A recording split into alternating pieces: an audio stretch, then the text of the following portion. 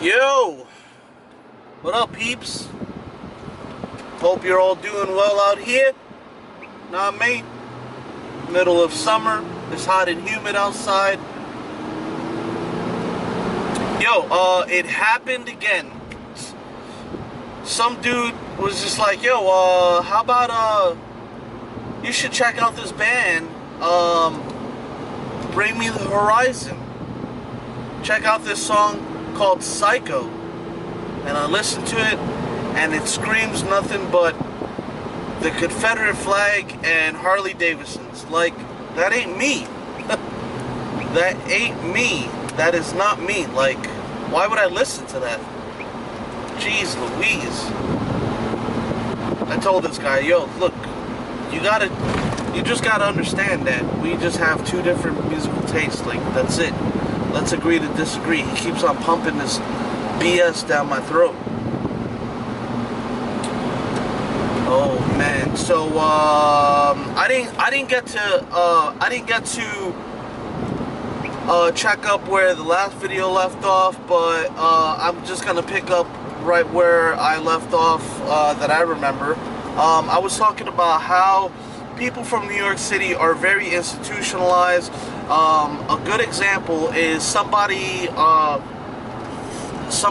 who might be a minority, black or Hispanic, who knows, maybe even an Asian. But you definitely grew up in New York City with this thing in the back of your mind, like, yo, the man's trying to keep us down, like, we can never amount to anything because the man's holding us down, this and that. And I think probably at some point in my life, in the early stages of my life, I probably believed that. But, you know, after meeting a bunch of people, meet a bunch of different types of people, like, I don't know, you just gotta work hard for it, man. Like, you can definitely move yourself from a crappy neighborhood, maybe a dangerous neighborhood, maybe a drug-infested neighborhood. You can definitely move yourself up out of that and get yourself into a nice neighborhood. And I don't mean necessarily a white neighborhood. I don't necessarily believe that white neighborhoods are the best.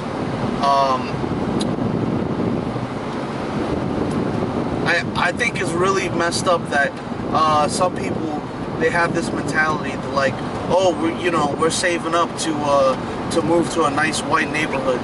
Why can't it ever be like a nice black neighborhood, or a nice Spanish neighborhood, or a nice Asian neighborhood? Crazy. But let me tell you something. Oh, let me tell you like a personal experience of mine.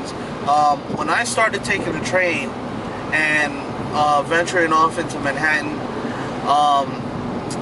I noticed, so I used to live in the Westchester Square section of the Bronx, on the 6th line, and, like, you know, when you get on the train over there, you're pretty much guaranteed a spot to sit.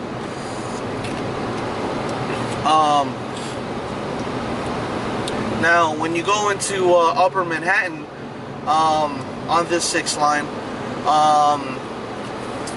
I call it how I see it, folks. I call it how I see it. I'm not telling you some BS, but let me tell you, going into Upper Manhattan, like the Harlem area, you're gonna see some junkies and some ex-junkies get on the train, and then you go into listen, in the early 80s and 90s, there was a big drug epidemic. New York City used to look like a war zone. Harlem got hit hard with the drugs, and I call it how I see it. All right. So you move down from Upper Manhattan, Harlem, into like lower Upper Manhattan, whatever, or Upper Midtown, 77th Street, 86th Street, around there. you're gonna see all these business people get on the train, and the business people are the white people. But I say white people because they're from the Midwest. They're just white people, like plain white bread people in business attire and stuff. And oh, sidetrack, check this out. I would love to buy a house like this one day.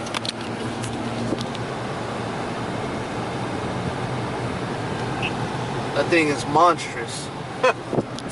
Anyway, so these people that get on the train and they're upset that they don't have a seat on the train, that they can't get a seat on the train, and they look at any black or Hispanic person and with this like entitlement, and they're just like, I should get a seat. Why the hell do these people are always occupying all the seats? Well, move to the Bronx. I don't know what to tell you. So but I grew up witnessing this, and it's like, oh, these people are so disgusting with their entitlement, and they're business people, and they, like, how dare them? They should be just like any other person. They shouldn't look at any minority and think, oh, this scumbag, this and that. Nah, so later on I kind of like took a different approach to it, and I think to myself, well, these are highly educated people. They're from the Midwest. They moved to New York City, and you could tell they're from like some other states, somewhere out from the Midwest, probably, because they don't have that New York mentality. They don't have that New York swag, So like, I think to myself, I'm kind of understanding where they're coming from. They hustled through college, and they landed a great job in New York City, and they should be living the good life, right? Well, what's the good life when you can't even travel to work comfortably? That's probably the way they look at it. But now I say these people are white people, white bread America. I say that because white people I know from the Bronx, at least, or in Westchester also, they at least the people I know, they have culture. Like, I mean, I don't know what Midwest culture is all about, but I know that everybody that I know from like Westchester and like Throgs Neck, Morris Park, they're all like Italian or Irish or even Jewish out in Pelham Parkway.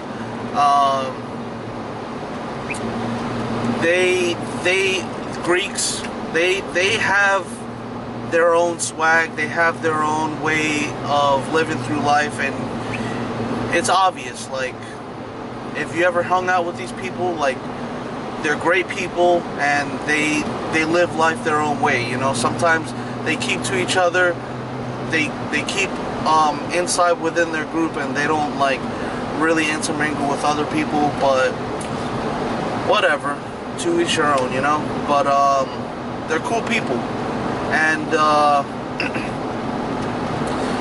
and I say that because these people don't act like they're untouchable, and they don't act like they're elitist, and they don't act like they're better than everybody else. They're out there living that grind, whereas the business people in Manhattan, they think they're high class. They think they're,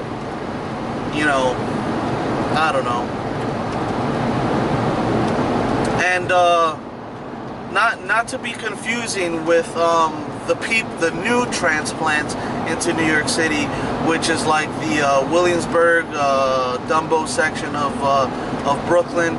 You got a lot of these like hipsters. If you ever watched the show Girls, these people are on some whole other level. Like, it amazes me. So like New York City is like a really expensive place to live, and these people, they come to New York City and they're like aspiring artists and aspiring musicians, and somehow they make it work. Somehow they manage to pay their bills. And like, let me tell you, living in that section of Brooklyn is, it's not cheap.